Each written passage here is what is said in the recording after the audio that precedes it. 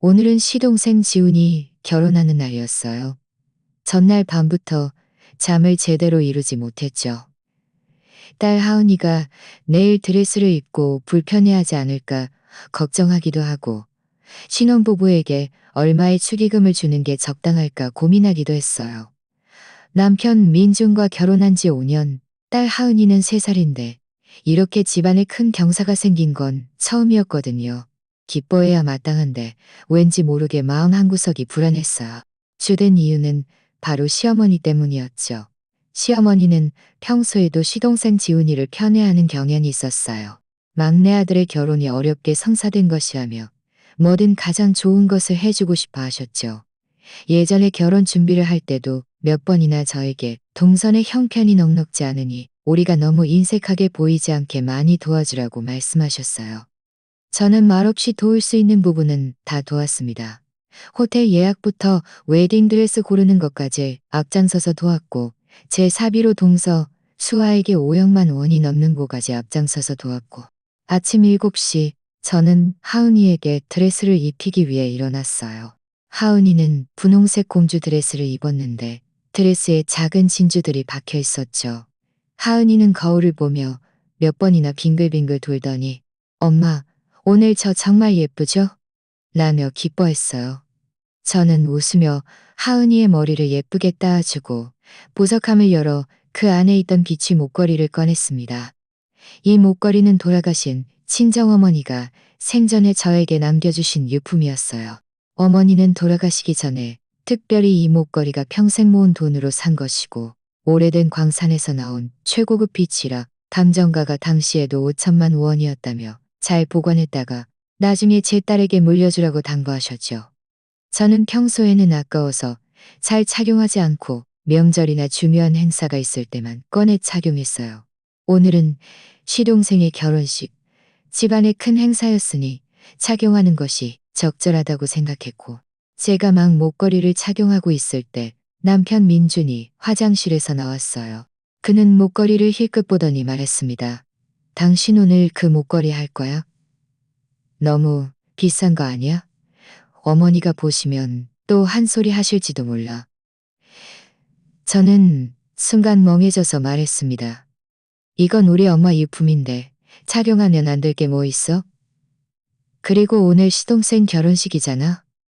점잖게 담잖게 차려입는 게 당연한 거 아니야? 민주는 한숨을 쉬며 말했습니다. 내 말은 그게 아니라 어머니 성격 알잖아. 내 말은 그게 아니라 어머니 성격 알잖아. 당신이 거절하기 힘들 수도 있잖아. 저는 마음속으로 불안했지만 어머니가 무슨 요구를 하시겠어? 설마 남에게 목걸이를 주라고 하시진 않겠지. 이건 우리 엄마 유품이야. 누구도 가질 수 없어. 라고 말했습니다. 마침 시어머니에게서 전화가 왔고 빨리 출발하라고 재촉하셨습니다.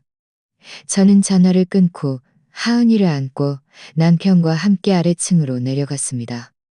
아래층에는 이미 시어머니가 차 안에서 기다리고 계셨어요. 시어머니는 저를 보자마자 제 목걸이에 시선이 꽂혔고 눈빛이 좀 복잡해 보였습니다. 저는 못 본 척 하은이를 안고 뒷자리에 앉았습니다. 차가 출발한 지 얼마 되지 않아 시어머니는 몸을 돌려 제 손을 잡으며 말했습니다. 지은아, 오늘 지훈이에게는 아주 경사스러운 날이다. 우리 한 가족이니 대국적으로 생각하고 남들이 비웃지 않도록 하자. 네 동서는 착한 아이인데 집안 형편이 넉넉지 않아서 결혼할 때 병변이 넉넉지 않아서 네 목걸이 참편이 넉넉지 않아서 네가 많이 양보해야 한다. 네가 많이 양보해야 한다. 비치 색깔도 참 곱고 한눈에 봐도 비싸 보이네. 네 동서가 오늘 입은 웨딩드레스에 목걸이가 있으면 더 예쁠 텐데. 아쉽게도 변변한 폐물이 없어서 말이야. 저는 가슴이 철렁했지만 황급히 화제를 돌렸습니다. 어머니, 저희 이따가 호텔에 도착하면 신혼부부부터 만나야 하죠. 동서가 웨딩드레스 입은 모습은 아직 목걸이 이야기는 더 하지 않았습니다. 다만 다시 어머니는 제가 말을 돌리자 목걸이 이야기는 더 하지 않았습니다. 우리는 오늘 지훈이 결혼을 축하하러 온 거니까. 저는 작게 네 하고는 더 이상 아무 말도 하지 않았습니다. 옆에 있던 하은이가 제 손을 잡아당기며 작은 목소리로 말했습니다. 엄마, 할머니는 왜 자꾸 목걸이 이야기를 해? 이건 외할머니가 엄마 준 거니까, 엄마 준 거니까 남 주면 안 되는 거지? 저는 하은이의 머리를 쓰다듬으며 작게 말했습니다. 이건 외할머니가 엄마 준 거니까 누구도 가질 수 없어. 이건 외할머니가 누구도 가질 수 없어. 저는 그도 시어머니의 말 속에 뼈가 있다는 것을 눈치챘지만 그는 늘 시어머니 편이었기에 시어머니가 잘못했어도 저를 위해 나서서 말해주지 않을 것이라는 것을 알고 있었습니다. 차는 곧 호텔 입구에 도착했습니다. 호텔 입구에는 이미 많은 사람이 모여 있었어요. 모두 친척들과 시동생의 친구들이었죠. 시동생 지훈이는 정장을 입고 입구에 서서 손님들을 맞이하고 있었습니다. 우리를 보자마자 급히 다가와 말했습니다. 형님, 형수님 오셨어요. 어서 안으로 들어오세요. 저는 웃으며 말했습니다. 축하한다. 지훈아, 오늘 정말 멋지네. 수아는 아직 안에서 화장하고 있어. 시동생은 네, 아직 신부 대기실에 있어요. 곧 나올 거예요. 어머니, 형수님, 먼저 휴게실에 가서 앉아 계세요. 저는 손님들 좀 더 맞이할게요. 라고 말했습니다. 우리는 시어머니를 따라 휴게실로 들어갔습니다. 안에는 이미 많은 친척들이 앉아 있었죠. 우리가 들어서자 모두들 반갑게 인사했고 그들의 시선 또한 제 목걸이에 머물렀습니다. 멀리 사는 한 아주머니가 웃으며 말했습니다. 지은아, 네 목걸이 정말 예쁘다. 빛이 색깔이 정말 푸네. 꽤 비싸겠는데? 제가 미처 대답하기도 전에 시어머니가 먼저 나서서 말했습니다. 네, 이 목걸이는 지은이 엄마가 남겨준 거예요. 5천만 원이나 한다고 하더라고요.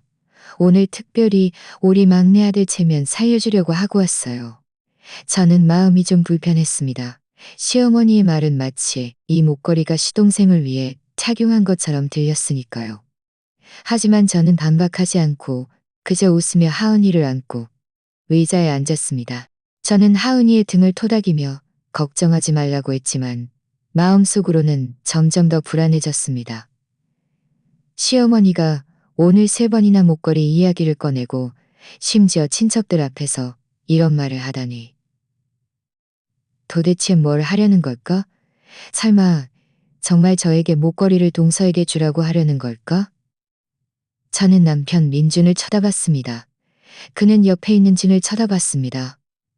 그는 옆에 있는 친척들과 이야기하고 있었고 제 불안을 눈치채지 못한 것 같았습니다. 시어머니가 아무리 편애해도 설마 내 유품을 달라고 하시진 않겠지 하고 위로했습니다. 하지만 저는 다음에 벌어질 일이 제가 상상했던 것보다 훨씬 더 심할 줄은 몰랐습니다. 휴식 시간이 약 30분 정도 지나고 결혼식이 정식으로 시작되었습니다.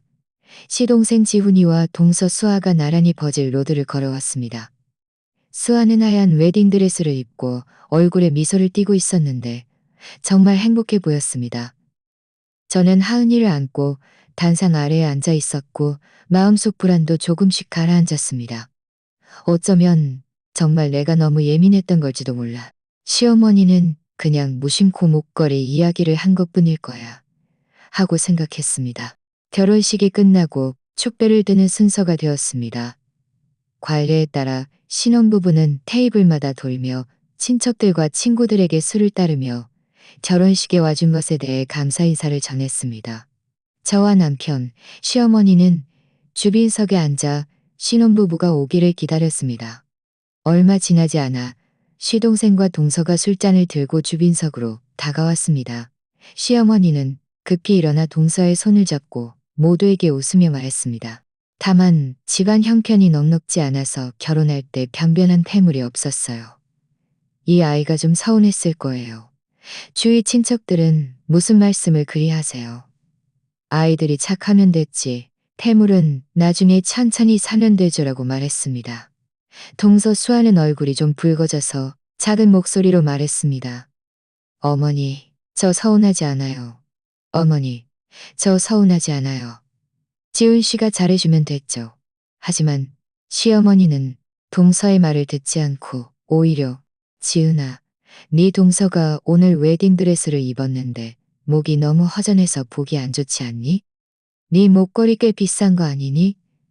오늘 지훈이에게는 아주 경사스러운 날이니 네가 목걸이를 풀어서 네 동서에게 채워줘라. 오늘 첫 만남 선물이라고 생각하고 친척들 앞에서 체면도 세워주면 우리 가족도 화목해 보이고 좋지 않겠니? 저는 그 순간 멍해졌습니다. 손에 든 술잔을 떨어뜨릴 뻔했습니다. 제가 잘못 들은 줄 알고 멍하니 말했습니다. 어머니, 뭐라고요? 저보고 이 목걸이를 동서에게 주라고요? 시어머니는 당연하다는 듯 고개를 끄덕였습니다. 그래, 네 동서 좀 봐라. 얼마나 불쌍하니. 결혼하는데 변변한 목걸이 하나 없어. 네 목걸이는 어차피 평소에도 잘 안 차잖아. 동서에게 주면 딱 좋지. 분명히 잘 보관할 거야. 주위 친척들도 모두 멍해져서 저와 시어머니를 번갈아 보며 웅성거리기 시작했습니다. 어떤 친척은 작은 목소리로 저 목걸이는 지은이 엄마 유품 아니니? 어떻게 함부로 남에게 줄 수 있니? 라고 말했습니다. 또 다른 친척은 이 시험으로 남에게 줄 수 있니? 라고 말했습니다. 저는 속에서 화가 치밀어 오르고 억울했습니다. 간신히 눈물을 참으며 말했습니다. 어머니, 이 목걸이는 돌아가신 친정어머니의 유품이에요. 어머니가 돌아가실 때 특별히 저에게 잘 보관했다가 나중에 제 딸에게 물려주라고 당부하셨어요. 이건 평범한 물건이 아니에요. 동서에게 줄 수 없어요. 무슨 유품이니 많이 하는 소리야. 시어머니는 얼굴이 순간 굳어지더니 목소리도 한껏 높아졌습니다.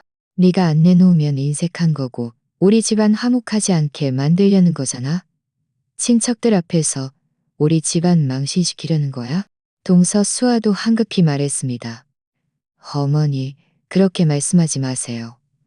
저 목걸이 필요 없어요. 정말 아무것도 부족하지 않아요. 형수님, 신경 쓰지 마세요. 그냥 무심코 하신 말씀일 거예요. 하지만 시어머니는 동서의 말을 듣지 않고 오히려 동서의 손을 잡고 말했습니다. 너는 얘 편을 들지 마라. 이 아이는 너에게 주기 싫은 것뿐이야. 네가 평소에 얼마나 좋은 옷을 입고 비싼 걸 하는지 봐라. 그런데 너는 목걸이 하나 없어. 이 아이가 너를 정말 한 가족으로 생각한다면 마땅히 목걸이를 줬어야지. 저는 시어머니의 억지스러운 모습에 속에서 불덩이가 치밀어 올랐습니다. 어머니, 제가 인색한 것도 아니고 집안 화목을 원하지 않는 것도 아니에요. 하지만 이 목걸이는 저에게 의미가 달라요. 돌아가신 친정어머니의 유품이에요. 누구에게도 줄 수 없어요. 그리고 저는 이미 동서에게 첫 만남 선물로 스킨케어 제품을 사줬잖아요. 아직도 불만이세요? 그 스킨케어 제품이 얼마나 한다고 당신 그 5천만 원짜리 목걸이랑 비교가 돼. 시어머니는 코웃음을 치며 말했습니다. 내가 보기엔 그냥 아까워서 그러는 거야. 내 아들이랑 결혼해서 몇 년 동안 우리 집에서 먹고 자면서 네 동서에게 목걸이 하나 내놓으라는데 그것도 싫다고? 네가 무슨 며느리야. 저는 화가 나서 온몸이 부들부들 떨렸습니다. 막 반박하려는데 하은이가 갑자기 제 손을 잡아당기며 작은 목소리로 말했습니다. 엄마, 할머니 무서워. 나 무서워. 저는 고개를 숙여 하은이의 무서워하는 모습을 보니 마음이 순간 약해졌습니다. 이렇게 많은 사람 앞에서 시어머니와 싸워서 하은이를 더 놀라게 하고 싶지 않았습니다. 저는 깊이 숨을 들이쉬고 최대한 침착하게 말했습니다. 어머니, 오늘 최대한 침착하게 말했습니다. 어머니, 오늘 시동생의 결혼식이에요. 나를 싸우지 마세요. 아셨죠? 아셨죠? 아셨죠? 입에 가서 뭘 얘기해? 오늘 당장 이 문제 해결해야 해. 우리 집에는 너처럼 인색한 며느리 없어. 주위의 웅성거림은 더욱 커졌습니다. 어떤 친척들은 시어머니를 말렸습니다. 언니, 지은이에게 너무 그러지 마세요. 그 목걸이는 지은이 엄마 유품이라 함부로 남에게 줄 수 없어요. 또 다른 친척들은 저에게 지은아, 너도 시어머니와 너무 따지지 마. 그냥 순간적으로 그러신 걸 거야. 네가 다시 한번 잘 말씀드려봐야고 했습니다. 저는 시어머니를 보고 주위 친척들을 보며 너무나 억울했습니다. 시어머니가 이렇게 중요한 자리에서 이렇게 많은 친척들 앞에서 저에게 친정어머니의 유품을 동서에게 주라고 강요할 줄은 정말 몰랐습니다. 이것은 더 이상 편애가 아니었습니다.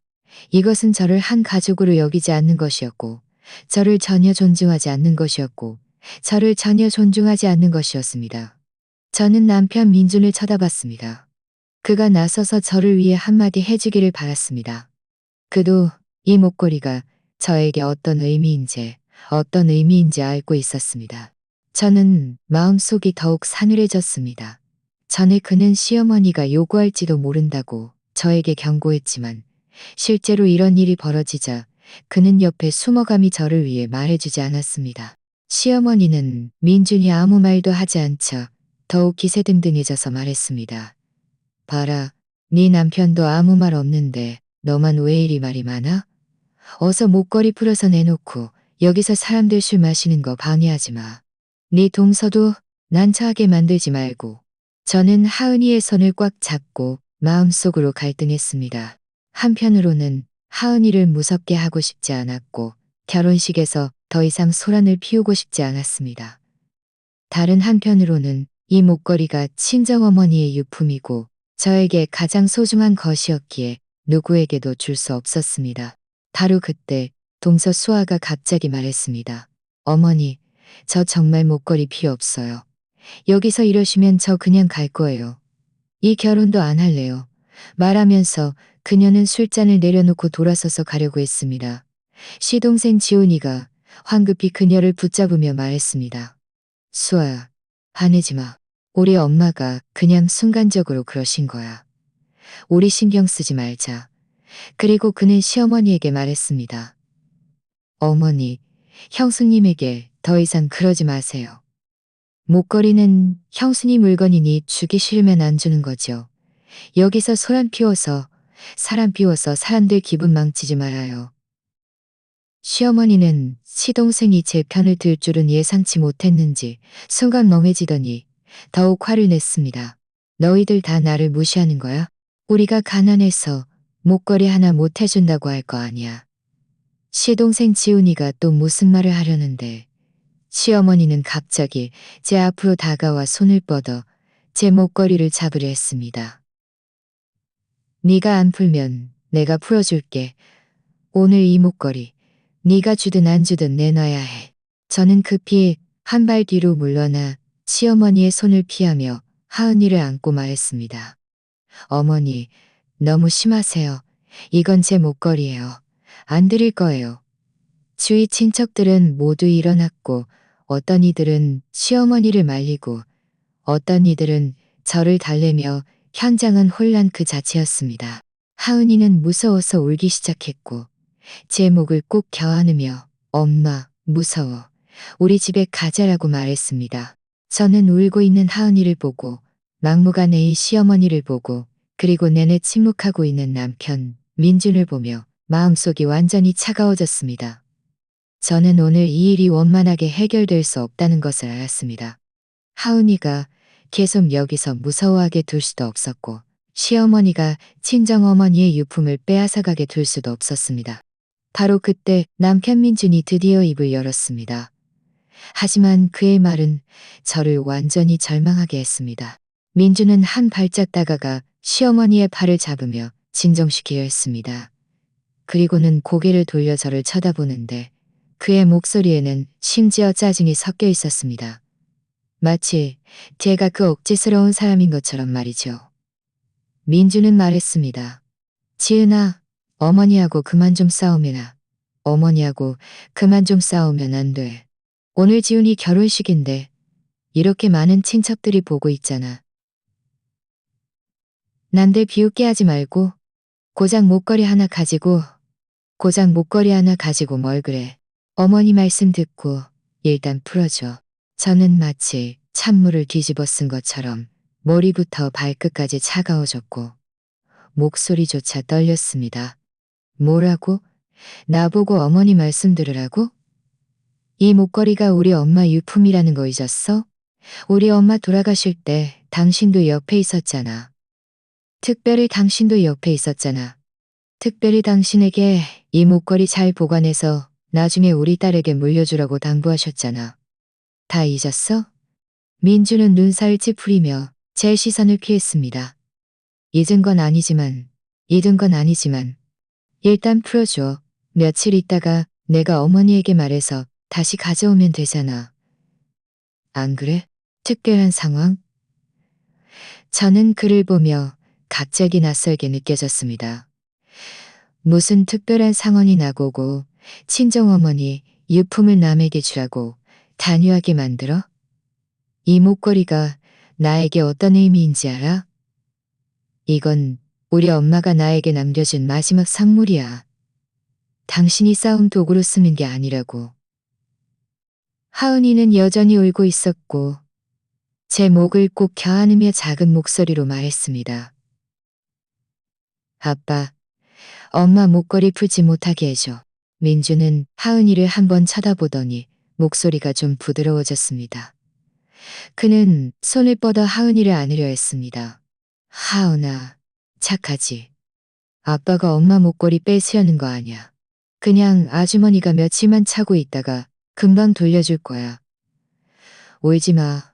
하은이는 제 품으로 더 파고들며 그에게 안기려 하지 않았습니다.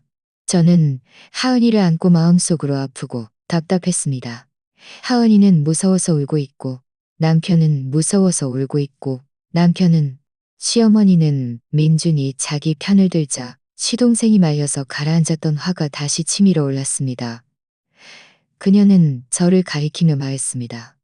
봐라, 네 남편까지 이렇게 말하는데 너는 왜 이렇게 말이 많아? 어서 목걸이 풀어서 내놓고 여기서 시간 낭비하지 마. 뒤에 아직 술잔 돌릴 친척들도 난리가 났습니다. 두이 친척들도 난리가 났습니다. 어떤 이들은 남편이 너무 시어머니 편만 든다고 말했고 어떤 이들은 남편이 너무 시어머니 편만 든다고 말했고 제 친정어머니를 아는 한 아주머니가 다가와 제 손을 잡으며 작은 목소리로 말했습니다. 지은아, 그들과 기싸움하지 마. 하은이도 울고 있잖아. 아이 놀라게 하지 말고. 그냥 일단 알겠다고 하고 결혼식 끝나면 천천히 그들에게 말해봐. 저는 고개를 흔들며 남편을 쳐다봤습니다. 하지만 어머니는 연세가 많으시잖아. 우리가 어른으로서 정말 내가 목걸이를 풀어서 동서에게 줘야 한다고 생각해? 설령 그게 우리 엄마 유품이라도 우리 앞으로도 어머니랑 같이 살아야 하는데 관계를 너무 틀어지게 하지 마. 같이 살아야 하는데. 저는 웃음이 나왔고 눈물이 찔끔 나왔습니다. 그들과 같이 살기 위해 내가 계속 양보해야 하고 심지어 우리 엄마 유품까지 내줘야 해? 그럼 나랑 하은이는 당신 마음속에 도대체 뭐야? 제가 이 말을 하자 민준도 좀 당황했습니다. 당신 왜 그렇게 말해? 내가 당신 안 아끼는 게 아니야? 나는 그냥 어머니 화나게 하고 싶지 않고 결혼식 망치고 싶지 않아서 그래. 저는 그를 쳐다보며 한마디 한마디 말했습니다. 당신 눈에는 철드는 게 나보고 친정어머니 유품을 포기하고 딸이 무서워서 울고 있는데도 웃으면서 네, 죄송합니다 하는 거야? 그런 철은 못 들겠어. 시어머니는 우리가 싸우는 것을 보고 더욱 화를 내며 말했습니다. 봐라, 너는 인색할 뿐만 아니라 내 아들과 나 사이를 이간질하는구나. 내가 어쩌다 너 같은 며느리를 얻었을까? 진작 알았더라면 내 아들 너랑 결혼시키지 않았을 텐데. 어머니, 그렇게 말씀하지 마세요. 동서 수아가 황급히 시어머니를 붙잡았고 얼굴이 새하얗게 질려 말했습니다. 다 제 잘못이에요. 어머니를 걱정하게 해서는 안 됐는데 이 목걸이 저 절대 필요 없어요. 제발 형수님과 더 이상 싸우지 마세요. 시동생 지훈이도 옆에서 말했습니다. 어머니, 형수님 말씀이 옆에서 말했습니다. 이 목걸이는 형수님 말씀이 맞아요. 이 목걸이는 형수님 맞아요. 이 목걸이는 형수님 엄마 유품이라 함부로 남에게 줄 수 없어요. 더 이상 이 얘기 꺼내지 말고 어서 친척들에게 술잔 두르게 말고 내가 다 너를 위해서 이러는 거야. 네 마누라 목걸이 없으면 남들이 뭐라고 하겠어? 네가 무능해서 목걸이 하나 못 해준다고 할 거 아니야. 내가 다 우리 집안 치면 때문에 이러는 거라고. 시동생 지훈이는 시어머니의 말에 아무 말도 못하고 그저 한숨을 쉬며 옆에 서 있었습니다. 저는 눈앞에 혼란스러운 상황을 보고 내내 시어머니 편만 드는 남편의 모습을 보고 딸 하은이의 새빨개진 눈을 보며 마음속 마지막 희망까지 사라졌습니다. 저는 전에 남편이 그냥 순간적으로 그랬을 것이고 정신 차리면 저를 위해 말해줄 것이라고 희망을 품고 있었습니다. 하지만 이제야 알았습니다. 그의 마음 속에는 그의 어머니가 영원히 가장 중요하며 저와 하은이의 감정 그리고 친정어머니의 유품까지도 그의 어머니를 위해 타협할 수 있는 것이었습니다. 저는 깊이 숨을 들이쉬고 눈가에 눈물을 닦으며 하은이를 안고 시어머니와 남편을 쳐다봤습니다. 목소리는 아주 침착했습니다. 목걸이 절대 안 풀 거예요. 누구도 저에게 친정어머니의 유품을 남에게 주라고 강요할 수 없어요. 오늘은 시동생의 결혼식이니 여기서 당신들과 싸워서 사람들의 기분을 망치고 싶지 않아요. 하지만 당신들이 오늘 한 말과 행동 다 제 마음속에 새겨둘게요. 말을 마친 저는 하은이를 안고 돌아서서 호텔 문을 향해 걸어갔습니다. 더 이상 이곳에 있고 싶지 않았습니다. 그들의 비열한 얼굴을 더 이상 보고 싶지 않았고 하은이가 더 이상 놀라게 하고 싶지 않았습니다. 남편 민준이 급히 쫓아와 제 팔을 잡았습니다. 지은아, 어디 가는 거야? 빨리 돌아와. 저는 그의 손을 뿌리치며 차갑게 말했습니다. 그만하는 거 아니야. 그냥 하은이 데리고 집에 가려는 거야. 여기 너무 시끄러워서 하은이가 무서워해. 시어머니도 뛰어와 제 길을 막으며 말했습니다. 못 가. 오늘 내가 가면 나를 무시하는 거고 우리 집안 체면을 깎는 거야. 목걸이 풀고 가. 저는 시어머니를 쳐다봤습니다. 제 눈빛에는 아무런 온기도 없었습니다. 제 눈빛에는 아무런 온기도 없었습니다. 비켜요. 저와 하은이 길 막지 마세요. 안 그러면 경찰에 신고할 거야. 저는 그 틈을 타 하은이를 안고 빠르게 문을 향해 걸어갔습니다. 주위 친척들은 모두 우리를 쳐다보고 있었고 어떤 이들은 저를 말리려 했지만 저는 그들을 무시하고 오직 하은이를 이 무서운 곳에서 데리고 나가고 싶을 뿐이었습니다. 호텔 문에 도착하자 차가운 바람이 불어왔고 그제야 정신이 좀 드는 것 같았습니다. 하은이는 여전히 제 품에서 흐느끼며 작은 목소리로 말했습니다. 엄마, 우리 집에 가자. 다시는 여기 오지 말자. 응? 저는 하은이의 등을 토닥이며 말했습니다. 응, 우리 집에 가자. 다시는 여기 오지 않을 거야. 하은아, 엄마가 지켜줄게. 바로 그때 제 휴대폰이 울렸습니다. 남편 민준이었습니다. 남편 민준이었습니다. 저는 힐끗 보고는 바로 끊었습니다. 이제 와서 전화할 생각이라니. 진작에 뭘 하고 있었던 걸까요? 저는 하은이를 안고 택시를 잡아탔고 차에 타자 온몸에 힘이 다 빠지는 것 같았습니다. 택시 기사님은 제가 아이가 울고 있는 것을 보고 물었습니다. 아가씨, 무슨 일 있으세요? 무슨 일 있으세요? 차가 출발하자 하은이는 제 품에 기대어 천천히 울음을 그쳤습니다. 얼마 지나지 않아 잠들었습니다. 저는 하은이의 잠든 얼굴을 보며 마음속으로 너무나 괴로웠습니다. 시동생의 결혼식에 이렇게 될 줄은 정말 몰랐고 남편이 저에게 이렇게 대할 줄은 더더욱 몰랐습니다. 앞으로의 날들을 어떻게 살아가야 할지 남편과의 관계가 예전으로 돌아갈 수 있을지 알 수 없었습니다. 하지만 저는 하은이를 잘 보호해야 하고 친정어머니의 유품을 잘 지켜야 한다는 것을 알았습니다. 누구도 저를 타협하게 하였습니다. 집에 돌아와 하은이를 침대에 눕히고 이불을 덮어준 뒤 잠시 소파에 앉으려는데 휴대폰이 다시 울렸습니다. 이번에는 시어머니였습니다. 저는 휴대폰 화면에 뜬 어머니 두 글자를 보고 마음속으로 짜증이 치밀어 바로 휴대폰을 무음으로 바꾸고 소파에 던져두었습니다. 몇 번 전화하다가 받지 않으면 포기할 줄 알았습니다. 하지만 전화하다가 받지 않으면 포기할 줄은 몰랐습니다. 하지만 저는 시어머니가 이렇게 집요할 줄은 몰랐습니다. 이 목걸이 하나 때문에 시작된 갈등이 결국 어떻게 될지 알 수 없었습니다. 저는 소파에 앉아 침실에서 들려오는 하은이의 고른 숨소리를 들으며 마음이 조금 진정되었습니다. 호텔에서 너무 심하게 울어서 이제야 잠들었구나 싶었습니다. 저는 일어나 침실 문으로 걸어가 살며시 문을 열었습니다. 이불 속에 웅크린 작은 하은이의 모습을 보며 저도 모르게 손을 뻗어 하은이의 이마를 만져보았습니다. 다행히 열은 없었습니다. 모두 시어머니에게서 온 부재중 전화였습니다. 저는 휴대폰을 들어보니 짧은 30분 동안 시어머니는 이미 15통의 전화를 걸었더군요. 저는 신경 쓰지 않고 휴대폰을 다시 소파에 던져두고 주방으로 가서 따뜻한 물 한 잔을 따랐습니다. 물을 마시다가 우연히 주방 벽에 걸린 가족 사진을 보게 되었습니다. 한 가족이 정말 화목해 보였습니다.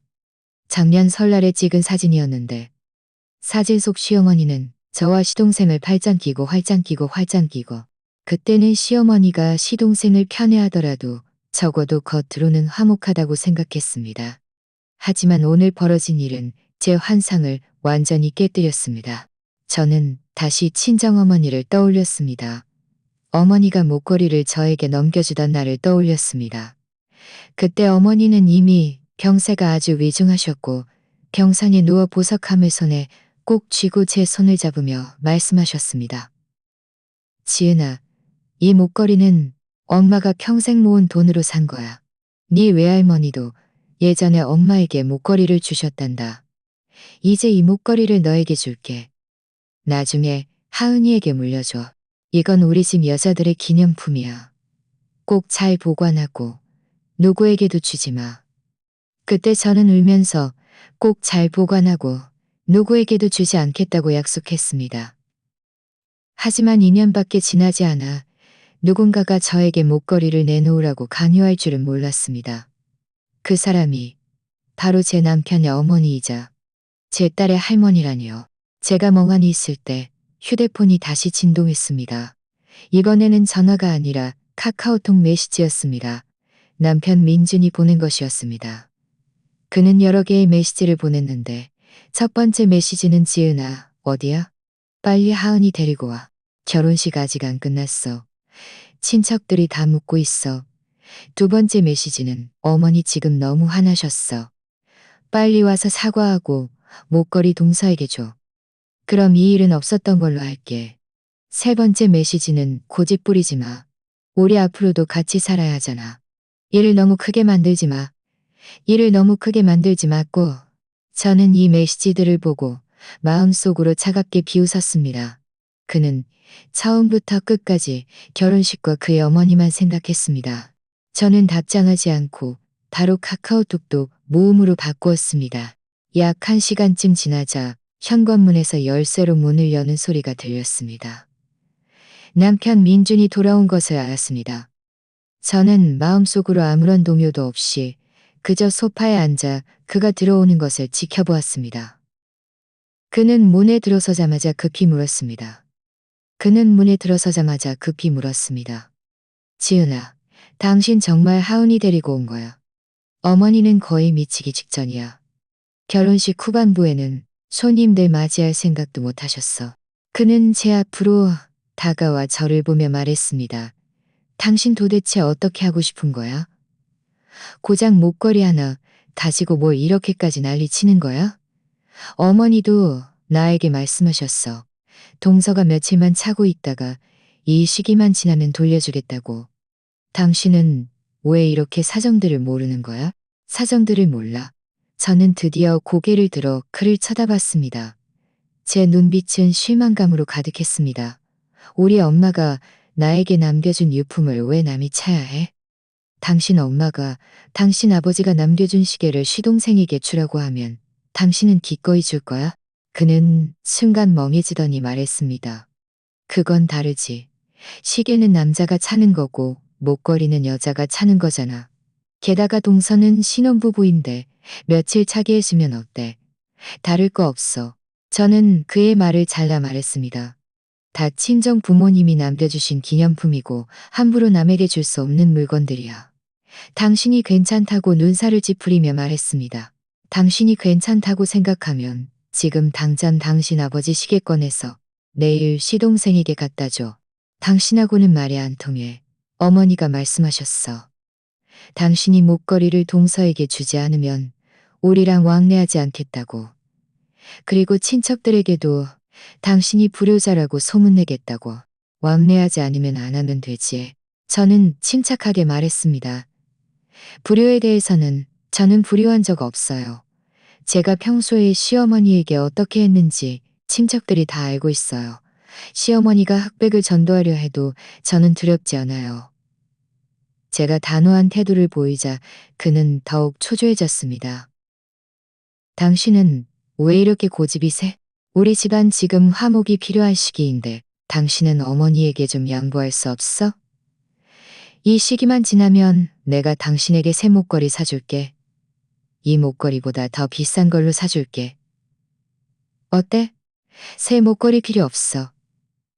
저는 그를 쳐다봤습니다. 저는 친정어머니가 남겨주신 이 목걸이만 있으면 돼. 이 목걸이는 저에게 돈으로 매길 수 없는 가치가 있어. 당신은 영원히 모를 거야. 그는 한숨을 쉬며 제 옆 소파에 앉았습니다. 이 목걸이가 당신에게 아주 중요하다는 거야. 하지만 어머니는 연세가 많으시잖아. 우리가 어른으로서 좀 양보해야지. 당신이 정말 주기 싫으면 우리가 어머니에게 잘 말씀드리고 동서에게 다른 방법으로 보상하는 방법을 찾아보자. 예를 들어 다른 태물을 사주거나 해서 어머니가 더 이상 화내지 않게 하는 건 어때? 저는 생각해보니 그의 말이 일리가 있다고 여겼습니다. 사실 저도 관계를 너무 틀어지게 하고 싶지 않았습니다.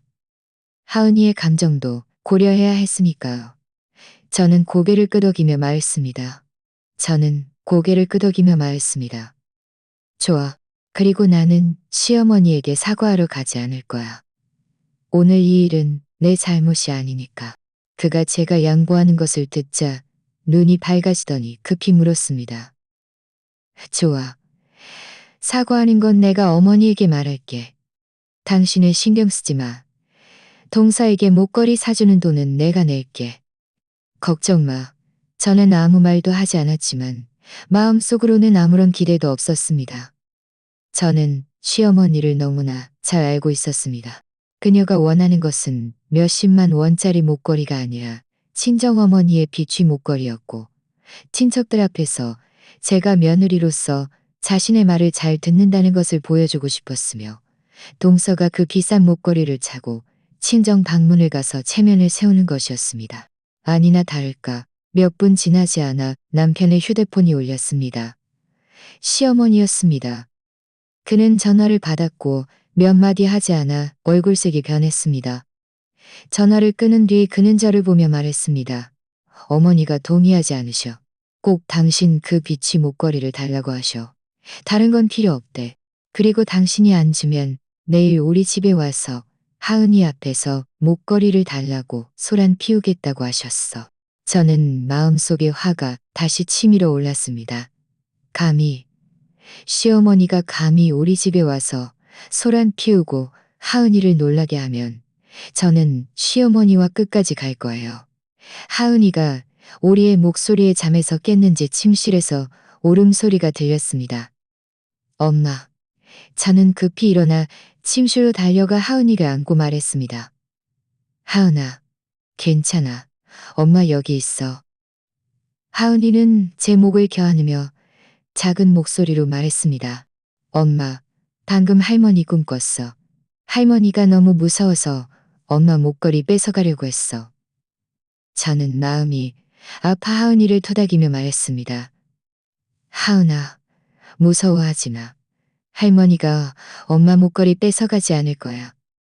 엄마가 하은이도 잘 지켜주고, 목걸이도 잘 지켜주고, 목걸이도 잘 지켜주고, 목걸이도 잘 지켜줄게. 남편, 민준도 들어와 하은이가 우는 것을 보니 마음이 좋지 않았는지 어머니 정말 너무 심하셔. 어떻게 하은이를 이렇게 놀라게 할 수 있어. 저는 아무 말도 하지 않고 그저 하은이를 안고 가만히 등을 토닥여 주었습니다. 하은이가 다시 잠들 때까지 말이죠.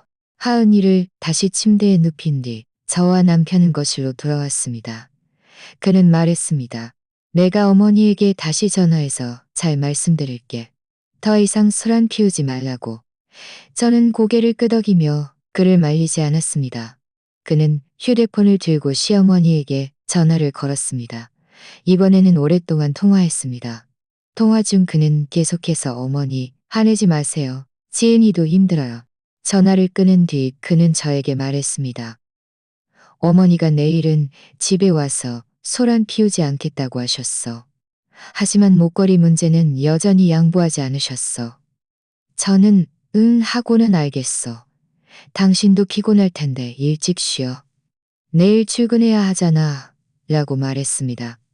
그는 고개를 끄덕이고 거실로 나갔습니다.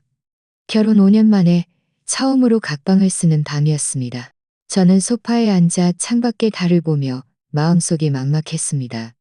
이 목걸이를 둘러싼 다툼이 얼마나 오래 지속될지, 남편과의 관계가 예전으로 돌아갈 수 있을지 알 수 없었습니다. 바로 그때 제 휴대폰이 다시 진동했습니다. 여전히 시어머니였습니다. 저는 힐끗 보고는 바로 전원을 껐습니다. 더 이상 그와 실랑이할 기운이 없었습니다. 그저 푹 쉬고 내일 벌어질 일에 대비할 에너지를 비축하고 싶을 뿐이었습니다. 저는 일어나 침실로 가서 하은이 옆에 누워 하은이의 작은 손을 꼭 잡았습니다. 하은이 옆에 누워 하은이의 작은 눈을 뜨고 있었습니다. 하은이가 무언가를 느꼈는지 제 몸에 바삭기대며 작은 목소리로 말했습니다. 마음속에는 단 하나의 생각뿐이었습니다. 무슨 일이 있어도 하은이를 잘 보호하고 친정어머니의 목걸이를 잘 지킬 것이다. 누구도 그들을 나에게서 빼앗아갈 수 없다. 다음 날 아침 제가 일어났을 때 하은이는 아직 잠들어 있었습니다. 저는 살금살금 침대에서 내려와 거실로 가서 휴대폰을 켰습니다. 화면에는 온통 부재중 전화였습니다. 모두 시어머니에게서 온 것이었습니다. 세어보니 어젯밤 제가 전화를 끈 이후부터 지금까지 시어머니는 총 86통의 전화를 걸었습니다. 저는 이 부재중 전화들을 보며 마음속으로 짜증이 치밀어 오르면서도 어이가 없었습니다. 도대체 언제까지 이럴 작정일까요? 제가 멍하니 있을 때 휴대폰이 다시 울렸습니다. 여전히 시어머니였습니다. 이번에는 망설이다가 전화를 받았습니다. 도대체 또 무슨 말을 하려는지 듣고 싶었습니다. 전화가 연결되자 시어머니의 큰 목소리가 수화기에서 터져나왔고 제 귀가 아플 지경이었습니다. 지은아, 드디어 전화 받는구나. 너 어젯밤에 왜 내 전화 안 받았어? 심지어 전원까지 껐더라? 너 일부러 나 피하는 거지? 저는 휴대폰을 조금 멀리 떼어놓고 침착하게 말했습니다. 어머니, 어젯밤에 너무 피곤했어요. 하은이도 쉬어야 해서 전원을 껐습니다. 이렇게 일찍 전화하신 거 무슨 일 있으세요? 무슨 일? 당신이 감히 나에게 무슨 일 있냐고 물어. 시어머니의 목소리는 더욱 격앙되었습니다. 당신을 괴롭힌다고 수군거려. 내가 당신을 괴롭힌다고 수군거려. 당신을 괴롱치게서 나를 얼마나 망신시켰는지 알아? 그렇게 많은 친척들이 보고 있는데 말없이 가버리고 하으니까지. 당신 때문에 내가 앞으로 친척들 앞에서 어떻게 고개를 들고 다니겠어. 저는 차갑게 비웃었습니다. 어머니, 어제 그렇게 많은 친척들 앞에서 먼저 저에게 친정어머니의 유품을 동서에게 주라고 강요하고 먼저 억지 부린 게 누구예요? 제가 간 것은 거기서 당신과 싸우고 싶지 않아서였고 하은이를 놀라게 하고 싶지 않아서였어요. 당신 체면 때문에 간 게 아니라고요. 내가 누구를 위해서 그랬는데 다 우리 집안을 위해서, 네 시동생을 위해서 그랬잖아. 네 시동생 결혼하는 게 쉽지 않고 동선의 집안 형편도 안 좋은데 내가 당신에게 목걸이 며칠 차게 해주려고 한 게 어때서? 당신은 그냥 이 일을 위해 좀 희생할 수 없어. 제가 희생하면 이 집안이 화목해질까요? 저는 반문했습니다. 어머니, 이 목걸이가 친정어머니의 유품이고 저에게 가장 소중한 물건이라는 거 생각해본. 저에게 가장 소중한 물건이라는 무서워서 울고. 하은이가 어제 당신 때문에 무서워서 울고. 하은이가 어제 당신 때문에 무서워서 울고. 밤에는 악몽까지 당신 때문에 무서워서 울고. 시어머니는 제 말에 잠시 멈칫하더니 목소리가 조금 부드러워졌습니다. 하은이가 놀랐다고? 나는 몰랐어. 나도 어제 너무 급해서 하은이까지 신경 쓸 겨를이 없었어. 그럼 하은이는 지금 어때? 괜찮니? 아직 잠들어 있어요. 어젯밤에 너무 울어서 이제야 잠들었어요. 어젯밤에 너무 울어서 이제야 잠들었어요. 어젯밤에 너무 울어서 이제야 잠들었어요. 안 들었어요. 어머니, 시동생을 아끼시는 건 알지만 시동생을 아낀다고 해서 저와 하은이의 감정을 무시하고 친정어머니의 감정을 무시하고 우리 각자 자기 삶을 잘 살면 안 될까요? 안 돼. 시어머니의 목소리는 다시 딱딱해졌습니다. 목걸이 문제는 반드시 해결해야 해. 나는 이미 니장 아주머니, 이 아주머니들에게 다 말했어. 당신이 목걸이를 동서에게 줄 거라고. 그들이 다 지켜보고 있어. 당신이 안 주면 내가 앞으로 그들을 어떻게 만나겠어? 그들에게 무슨 말을 하든 그건 어머니 일이고 저랑은 상관없어요. 너 정말 나를 화병나게 하는구나. 시어머니는 전화기 너머에서 거친 숨을 몰아쉬었습니다. 내가 말해줄게 지은아. 네가 목걸이를 동서에게 주지 않으면 나는 네 집 아래층으로 가서 소란 피울 거야. 이웃들이 다 당신이 불효자라고 시어머니 말도 안 듣는다고 알게 할 거야. 그리고 네 직장에도 가서 소란 피울 거야. 네 동료들이 당신이 어떤 사람인지 알게 할 거라고. 저는 시어머니가 이렇게 극단적인 방법으로 저를 위협할 줄은 예상치 못했습니다. 속으로 화가 치밀어 오르면서도 두려웠지만 억지로 침착하게 말했습니다. 어머니, 정말 그렇게 하시면 피해를 보는 건 저뿐만이 아니에요. 당신 자신도 시동생과 동서도 피해를 볼 거예요. 이웃들이 당신을 어떻게 보겠어요? 제 동료들이 저를 어떻게 보겠어요? 시동생과 동서는 이제 막 결혼했는데 이 일 때문에 사람들 입에 오르내리면 그들이 행복할까요? 댄저가 동서가 며칠만 딱 며칠만 동서가 친정 방문 다녀오면 제발 침묵했습니다. 아마도 제 말이 일리가 있다고 생각했는지 목소리가 다시 부드러워졌습니다. 네가 못 믿어오면 내가 차용증 써줄게. 어때? 저는 마음속으로 움직였습니다. 차용증이라니. 시어머니가 차용증을 써줄 생각까지 하다니. 하지만 저는 곧 정신을 차렸습니다. 설령 차용증을 써준다고 해도 시어머니가 정말 목걸이를 돌려줄 리 없었습니다. 그녀가 원하는 것은 친척들과 친구들 앞에서 제가 며느리로서 자신의 말을 잘 듣는다는 것을 보여주는 것이었고, 동서가 그 비싼 목걸이를 차고 친정 방문을 가서 체면을 세우는 것이었고, 저는 고개를 흔들며 말했습니다. 어머니, 제가 당신을 못 믿는 게 아니라 이 목걸이가 저에게 너무 중요해요. 저는 이 위험을 감수할 수 없어요. 동서가 정말 친정 방문 가서 체면을 세우고 싶다면 다른 목걸이를 사주시면 돼요. 제가 함께 골라드릴 수도 있어요. 돈이 부족하면 제가 일부 보태드릴 수도 있고요. 하지만 우리 엄마 목걸이는 절대 안 돼요. 하지만 우리 엄마 목걸이는 절대 안 돼요. 하지만 우리 엄마 목걸이는 절대 안 돼요. 나는 모르겠고 오늘 당장 당신이 목걸이 가지고 와야 해. 안 그러면 나는 정말 네 집 아래층으로 가서 소란 피울 거야. 말하면서 그녀는 전화를 끊었습니다. 저는 휴대폰을 쥐고 마음속으로 너무나 괴로웠습니다. 도대체 왜 시어머니는 저를 이해하지 못하고 제가 원하지 않는 일을 자꾸만 강요하는 걸까요? 몇 분 지나지 않아 휴대폰이 다시 울렸습니다. 여전히 시어머니였습니다. 저는 망설이다가 다시 전화를 받았습니다. 이번에는 저를 위협하지 않고 울기 시작했습니다. 지은아, 엄마가 잘못했어.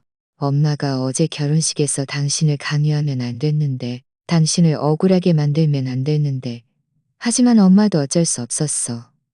네 시동생은 어릴 때부터 고생을 모르고 자랐어. 이제 결혼했는데 엄마는 그 아이가 으스대고 싶었고 며느리가 기뻐했으면 좋겠어. 그냥 엄마를 불쌍히 여겨서 목걸이 동서가 며칠만 차게 해주면 안 될까? 앞으로 엄마가 꼭 잘 보상해줄게. 저는 시어머니의 울음소리를 들으며 마음이 좀 흔들렸습니다. 그녀는 어쨌든 어른이고 제 남편의 어머니이자 하은이의 할머니였으니까요. 하지만 친정어머니의 유언을 떠올리고 어젯밤 하은이가 무서워했던 모습을 떠올리자 저는 다시 단호해졌습니다. 어머니, 죄송해요. 당신을 불쌍히 여기지 않는 게 아니라 정말 동서에게 목걸이를 줄 수 없어요. 시동생을 정말 위하신다면 더 이상 이 얘기 꺼내지 마세요. 오히려 그들 부부 사이가 나빠질 수 있어요. 너는 왜 이렇게 독해? 시어머니는 울면서 전화를 끊었습니다. 이어지는 몇 시간 동안 시어머니의 전화는 끊이지 않았습니다. 어떤 때는 저를 위협하고, 어떤 때는 간청하고, 어떤 때는 저를 불효자라고 욕했습니다. 처음에는 몇 통 받아서 잘 말씀드렸지만, 나중에는 도저히 견딜 수 없어 다시 휴대폰을 무음으로 바꾸었습니다. 점심때가 되자 하은이가 잠에서 깼습니다. 저는 하은이에게 죽을 끓여주었고 하은이가 다 먹는 것을 지켜보았습니다. 하은이가 제 손을 잡으며 작은 목소리로 말했습니다. 엄마, 할머니가 또 목걸이 뺏으러 올까? 저는 하은이의 머리를 쓰다듬으며 말했습니다. 안 올 거야. 엄마가 목걸이도 잘 지켜주고 하은이도 잘 지켜주고 하은이도 잘 지켜줄게. 바로 그때 남편 민준이 돌아왔습니다. 그는 문에 들어서자마자 물었습니다. 지은아, 어머니가 당신에게 전화 많이 하셨어? 나한테도 전화 엄청 하셨어. 당신이 전화 안 받는다고 나보고 당신을 설득하래. 저는 고개를 끄덕이며 말했습니다. 어머니는 아침부터 지금까지 계속 나에게 전화하고 있어. 어떤 때는 위협하고, 어떤 때는 위협하고, 어떤 때는 위협하고, 어떤 때는 간청하고, 나보고 목걸이를 동서에게 주래. 민주는 한숨을 쉬며 제 옆에 앉았습니다. 지은아, 당신 억울한 거 알지만 어머니도 힘드셔. 당신이 다시 한번 고려해서 목걸이 동서가 며칠만 차고 있다가 친정 방문 다녀오면 다시 돌려주면 안 될까? 안 돼. 저는 단호하게 말했습니다. 나는 당신에게 여러 번 말했어. 이 목걸이는 우리 엄마 유품이야. 누구에게도 줄 수 없어. 당신이 정말 어머니가 힘들다고 생각하면 나보고 계속 타협하라고 설득할 게 아니라 나를 도와서 어머니에게 잘 말씀드려야 해. 내가 어머니에게 말했지만 어머니가 듣지 않으시잖아. 민주는 어이없다는 듯 말했습니다. 어머니는 지금 거의 미치기 직전이야. 당신이 목걸이를 안 주면 밥도 안 먹고 잠도 안 자고 계속 당신하고 씨름하겠다고 하셔. 지은아, 우리가 시동생 돕는 셈 치고 해주면 안 될까? 고작 며칠인데 금방 지나갈 거야. 저는 남편을 보며 너무나 실망했습니다. 당신은 지금까지도 이게 그저 시동생 돕는 일이라고 생각해? 친정어머니의 감정을 쉬나웃습니다. 민주는 잼어머니의 감정은, 하은이의 감정은, 하은이의 감정은, 하은이의 감정은, 하은이의 감정은, 타은이의 감정은 내가 당신들을 고려하지 않은 게 아니야. 그냥 어머니 화나게 하고 싶지 않고 이 가정이 깨지는 걸 원치 않아서 그래. 이 가정이 깨지느냐 마느냐는 내가 목걸이를 주느냐 마느냐에 달려있는 게 아니야. 당신 어머니가 나를 존중할 수 있느냐에 달려있고 당신이 내 편에 설 수 있느냐에 달려있고 당신이 내 편에 설 수 있느냐에 달려있고 당신이 내 편에 설 수 있느냐에 달려있어. 저는 그를 쳐다봤습니다. 당신이 계속해서 나랑 하은이 감정을 무시하고 계속해서 당신이 감정을 무시하고 민주는 순간 멍해지더니 저를 쳐다봤습니다. 제가 이런 말을 할 줄은 예상치 못했던 것 같았습니다. 그는 입을 열어 뭔가 말하려다가 다시 입을 가물었습니다. 바로 그때 제 휴대폰이 다시 진동했습니다. 화면에는 이미 99번째 부재중 전화가 표시되어 있었습니다. 전화에는 이미 99번째 부재중 전화가 표시되어 있었습니다. 저는 깊이 숨을 들이쉬고 휴대폰을 남편에게 건네며 말했습니다.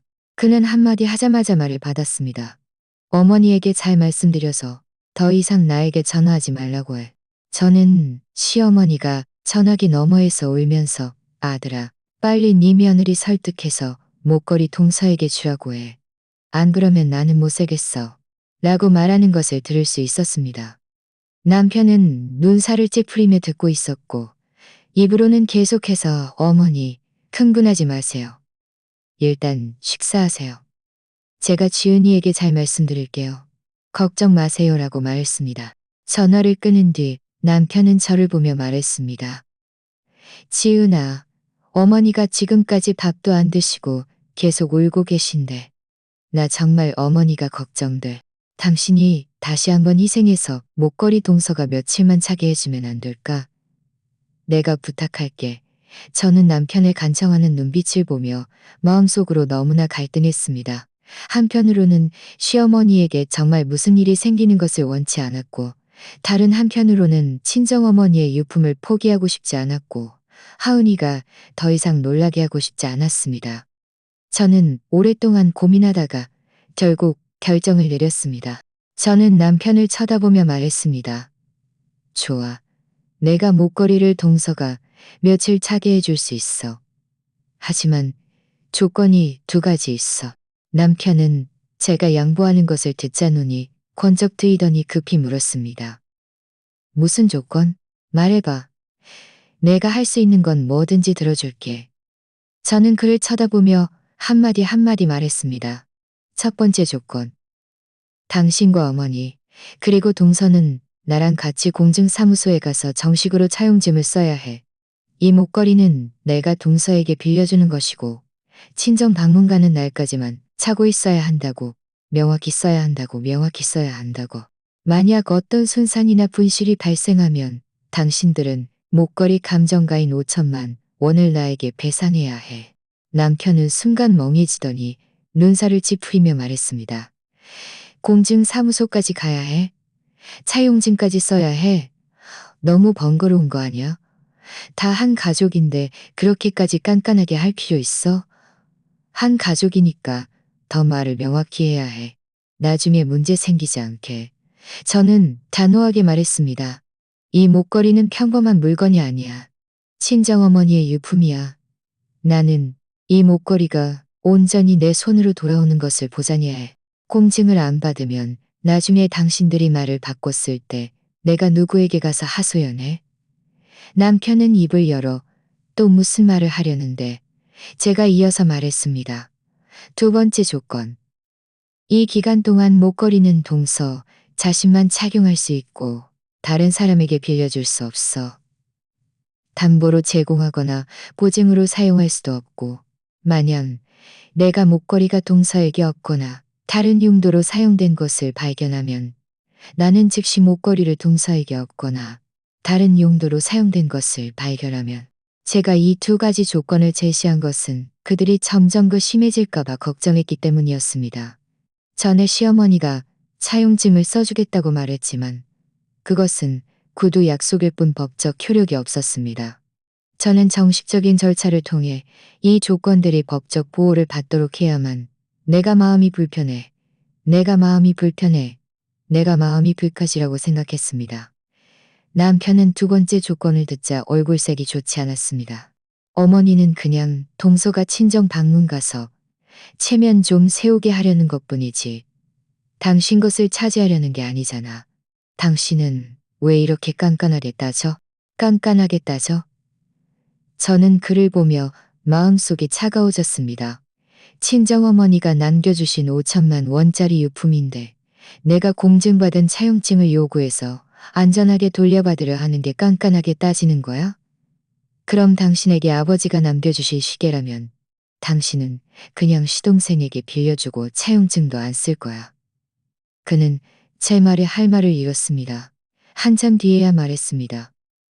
한참 뒤에야 말했습니다. 그리고 어머니도 이미 당신에게 사과했는데 당신은 왜 자꾸 물고 늘어지는 거야? 물고 늘어지는 게 아니야. 나는 내 것을 보호하는 거야. 저는 그를 쳐다봤습니다. 당신이 내 조건이 너무 심하다고 생각하면 그럼 됐어. 목걸이도 안 빌려줄게. 당신들 원하는 대로 소란 피워. 나는 끝까지 갈 거야. 말을 마친 저는 주방으로 가려 했습니다. 더 이상 그와 다투고 싶지 않았습니다. 남편은 급히 저를 붙잡으며 말했습니다. 아니야, 내가 심하다고 말한 거 아니야. 그냥 이렇게까지 번거롭게 할 필요가 없다고 생각했을 뿐이야. 좋아, 당신 첫 번째 조건 내가 들어줄게. 우리 공증사무소에 가서 차용증 쓰자. 그럼 두 번째 조건은 좀 바꿀 수 없을까?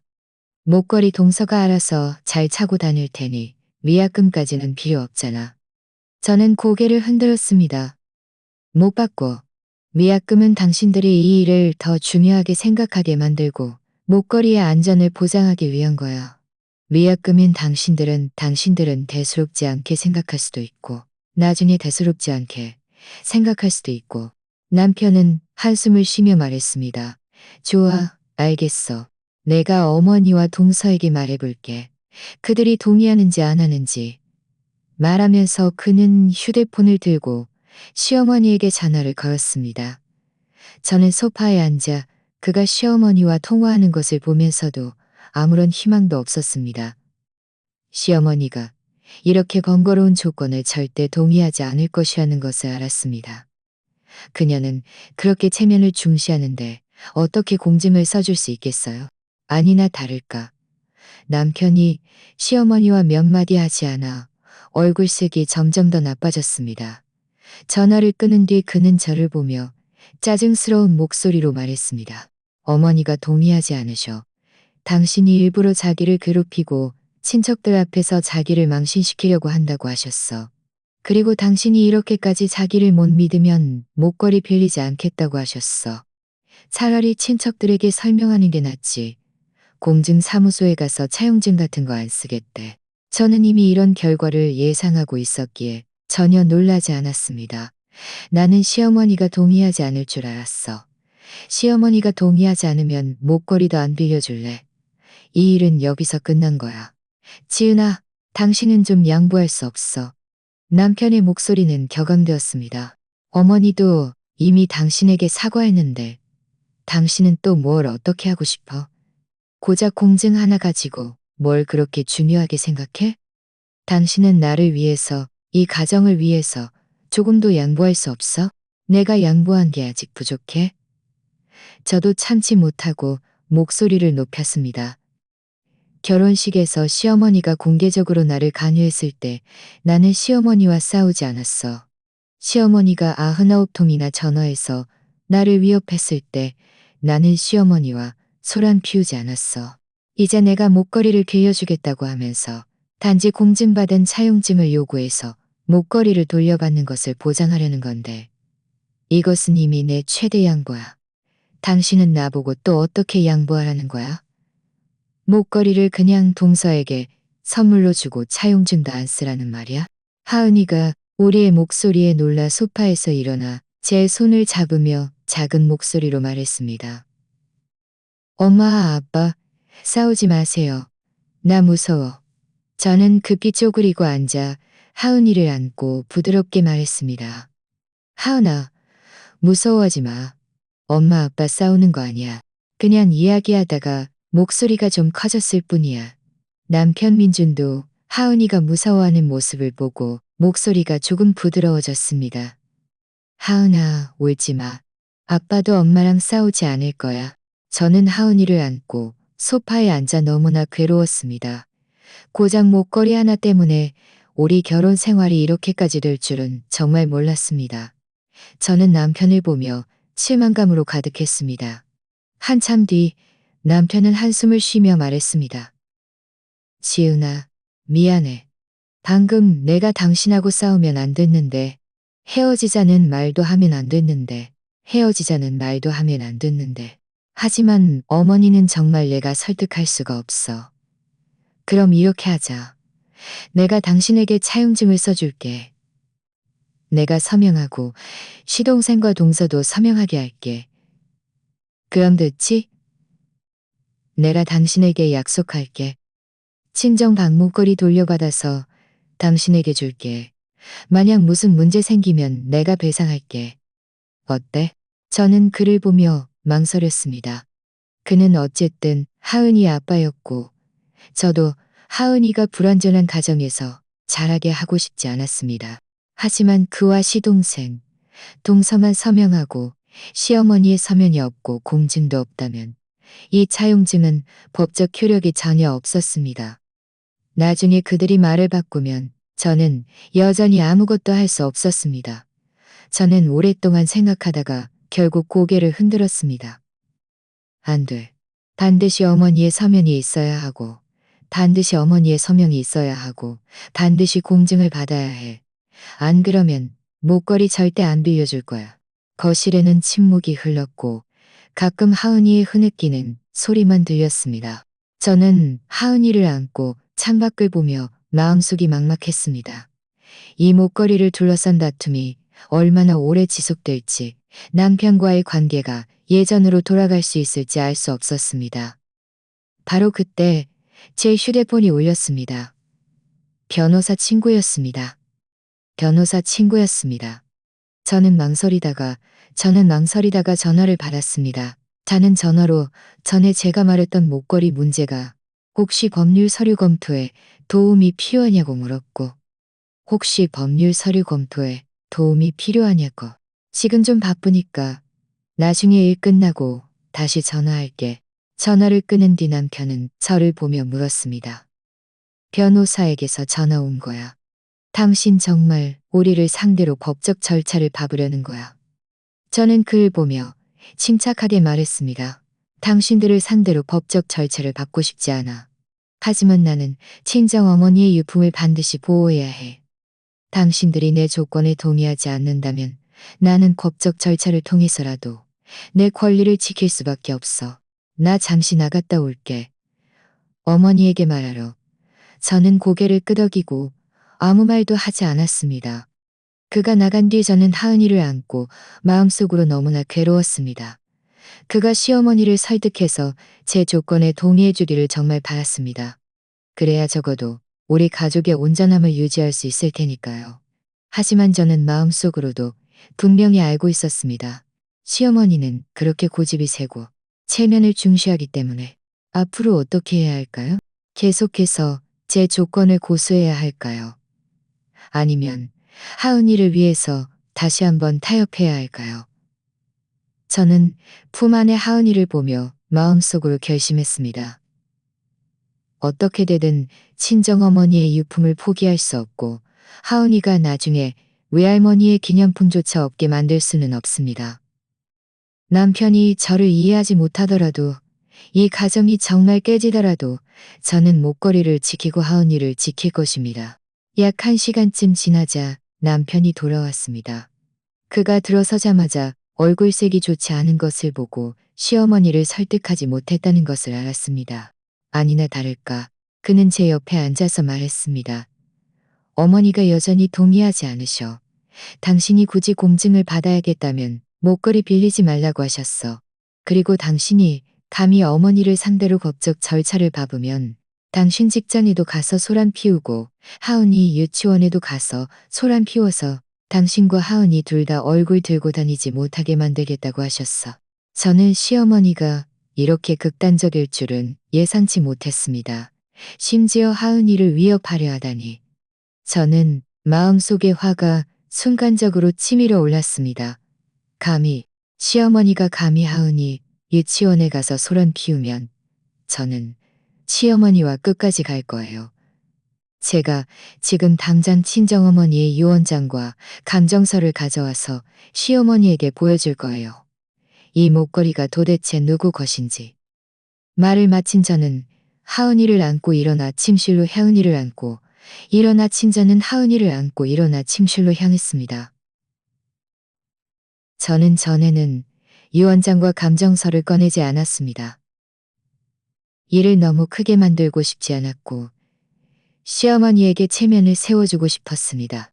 저는 그에게 이 목걸이가 친정어머니의 유품이고 법적 근거가 있다는 것을 알려줘야 했습니다. 그녀가 빼앗으려 해도 빼앗아갈 수 없다는 것을요. 저는 하은이를 안고 침실로 들어가 옷장 가장 안쪽 서랍을 열었습니다.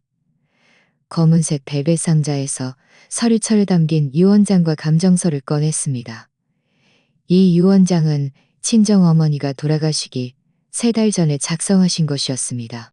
당시 변호사도 입회해서 증언했고 유언장에는 어머니 명의의 모든 보석과 폐물, 이 비취 목걸이까지 모두 제가 상속받고 나중에 하은이가 성인이 되면 제가 다시 하은이에게 넘겨주라고 명확하게 쓰여 있었습니다.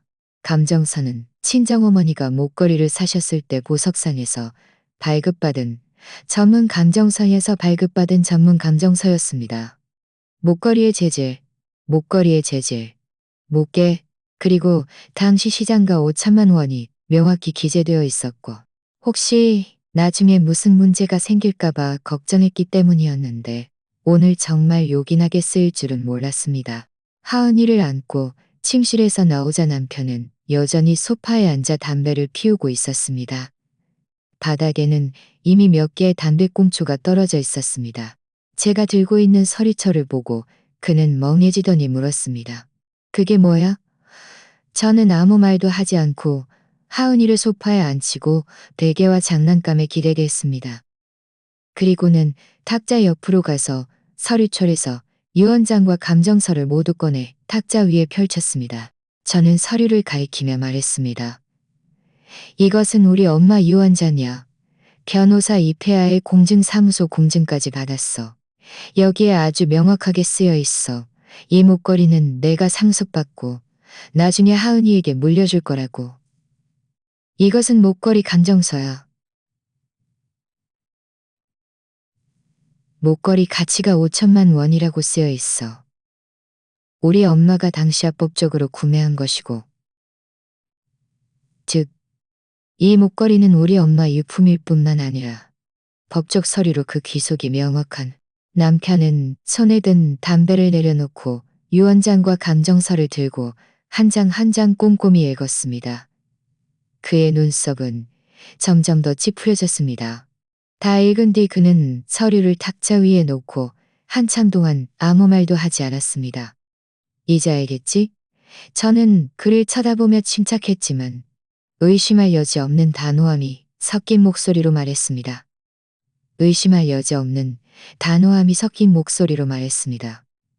내가 일부러 목걸이를 안 빌려주는 게 아니야. 내가 함부로 남에게 빌려줬다가 만약 무슨 문제라도 생기면 친정어머니에게 죄송하고 나중에는 하은이에게도 설명할 수 없어. 남편은 입을 열어 뭔가 말하려다가 다시 무슨 말을 해야 할지 몰랐습니다. 한참 뒤에야 한숨을 쉬며 말했습니다. 나는 전에 몰랐어. 어머니도 나에게 유언장 얘기는 안 하셨어. 나는 이 목걸이가 그냥 당신 어머니가 남겨주신 평범한 폐물인 줄 알았어.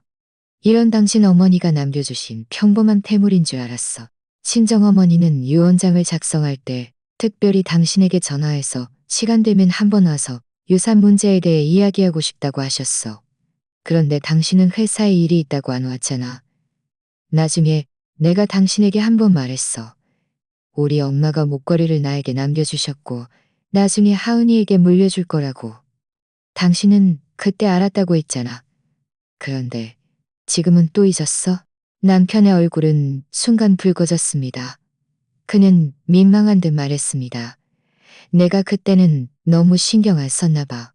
그냥 무심코 하는 말인 줄 알았어. 이렇게 정식적인 건 줄은 몰랐네. 무심코 하는 말. 저는 마음속으로 씁쓸했습니다.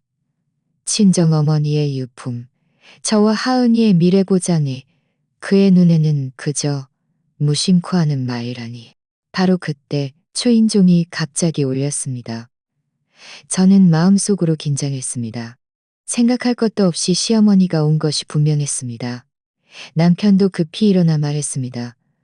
내가 문 열어줄게. 어머니에게 잘 말씀드려서 더 이상 소란 피우지 말라고 해. 저는 고개를 끄덕이고 이 원장과 감정서를 잘 정리해서 다시 서류철에 넣었습니다. 저는 원래 시어머니 앞에서 이 서류들을 꺼내고 싶지 않았습니다. 하지만 이제 그녀가 왔으니 그냥 한 번에 명확히 말하는 것이 낫겠다 싶었습니다. 나중에 다시 끝없이 이어지는 일을 막기 위해서 말이죠. 남편이 문을 열자 시어머니가 문 밖에 서 있었습니다. 손에는 천 가방을 들고 있었는데 그 안에는 무엇이 들었는지 알 수 없었습니다. 문에 들어서자마자 그녀는 소리쳤습니다. 지은이는 어디 있어? 내가 말해줄게. 오늘 당장 목걸이 나에게 줘야 해. 안 그러면 나는... 그녀의 말이 채 끝나기도 전에 그녀는 소파에 앉아 있는 저와 제 손에 들린 서류철을 보았습니다. 그녀는 멍해지더니 물었습니다. 네 손에 든 게 뭐야? 저는 일어서서 서류철을 들고 그녀 앞으로 다가갔습니다. 어머니, 이 안에는 우리 엄마 유언장과 목걸이 감정서가 들어있어요. 어머니는 늘 이 목걸이를 원하셨잖아요. 오늘 제가 어머니에게 이 목걸이가 도대체 누구 것인지 명확히 보여드릴게요. 시어머니는 눈살을 찌푸리며 서류철을 휙 빼앗아갔습니다. 그리고 안에 있는 물건들을 탁자 위에 쏟아냈습니다.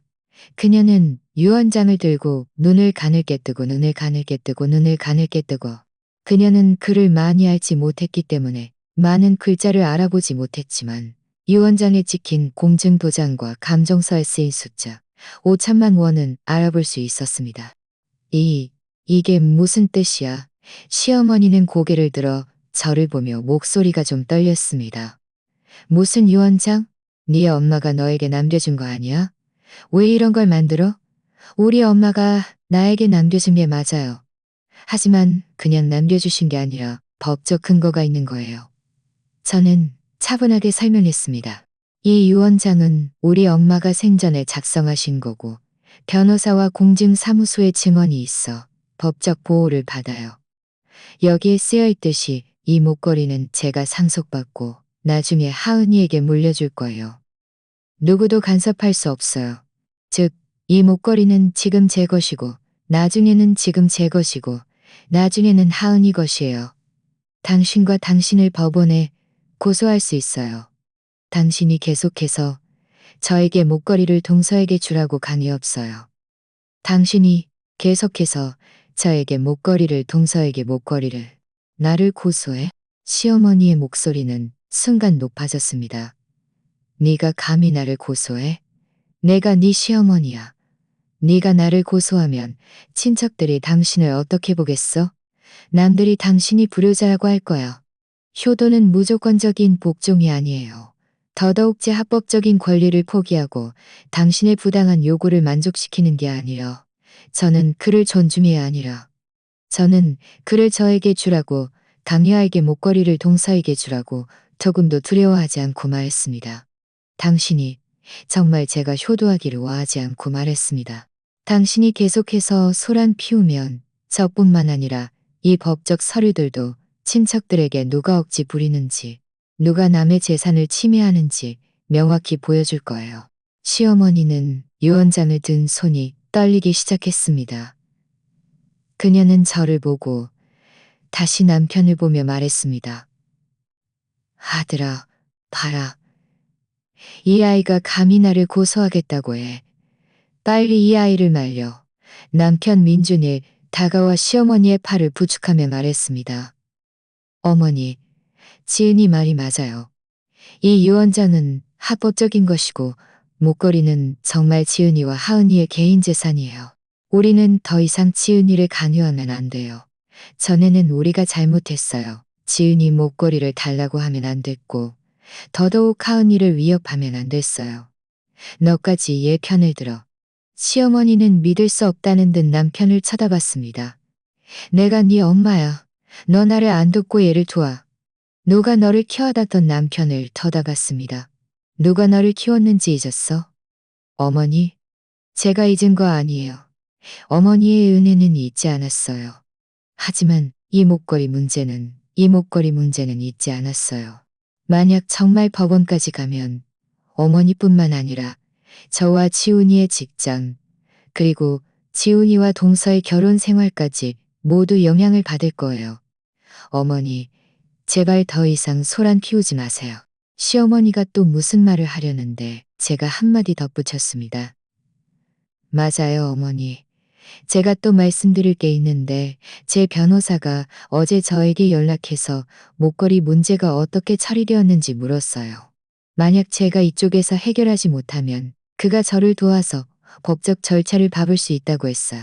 그때가 되면 목걸이를 돌려받는 것뿐만 아니라 관련자들의 법적 책임도 추궁해야 할 거예요. 어머니가 목걸이 하나 때문에 우리 집안이 법원에 장과를 남기는 것을 원치 않으시면 더 이상 이 얘기 꺼내지 마세요. 사실 변호사가 어제 전화한 것은 그저 제가 서류 검토에 도움이 필요한지 물어본 것이었을 뿐 법적 절차를 밟겠다고 말한 것은 아니었습니다. 제가 이렇게 말한 것은 시어머니에게 제가 그를 협박하는 것이 아니라 제 재산을 보호할 충분한 능력이 있다는 것을 알려주고 싶었기 때문이었습니다. 아니나 다를까 시어머니는 변호사, 법적 책임, 전과와 같은 단어들을 듣자 얼굴색이 순간 새하얗게 질렸습니다. 그녀는 평생 체면을 가장 중요하게 생각하는 사람이었습니다.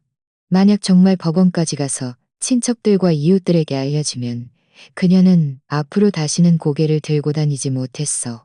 그녀는 앞으로 다시는 고개를 들고 다니지 못할 것이었습니다. 그녀는 손에 든 유언장과 감정서를 탁자 위에 던지며 입으로 중얼거렸습니다. 나는 당신 목걸이를 빼앗으려 한 게 아니야. 어머니가 시동생을 위하신다는 건 알지만 방법이 잘못되었어요. 저는 그녀의 태도가 부드러워진 것을 보고 목소리도 좀 완화시켰습니다. 동서가 체면을 세우고 싶으면 우리가 함께 다른 새 목걸이를 사줄 수 있어요. 몇십만 원짜리라도 아주 좋을 거예요. 굳이 우리 엄마 목걸이를 고집할 필요 없어요. 돈이 부족하면 제가 절반 보태드릴 수 있어요. 시어머니는 아무 말도 하지 않고 소파에 앉아 두 손을 깍지 끼고 가만히 있었습니다. 한참 뒤에야 고개를 들어 저를 보며 마지못해 말했습니다. 그럼 됐어. 목걸이도 당신에게 달라고 안 할게. 새 목걸이 사는 돈은 내가 알아서 낼 테니 당신은 낼 필요 없어. 저는 그녀가 물러서는 것을 알고 마음속으로 안도했습니다. 사실 저도 관계를 너무 틀어지게 하고 싶지 않았습니다. 그녀가 더 이상 목걸이 이야기를 꺼내지 않는다면 저도 그녀에게 체면을 세워주고 싶었습니다. 남편 민준도 시어머니가 양보하는 것을 보고 안도하며 급히 말했습니다. 어머니, 그래야죠. 앞으로 우리 가족 모두 잘 지내고 이런 일로 다시는 싸우지 말아요. 지은아, 어머니도 이렇게 말씀하셨으니 우리 이 일은 그냥 넘어간 걸로 하자. 응? 저는 고개를 끄덕이며 말했습니다. 좋아요.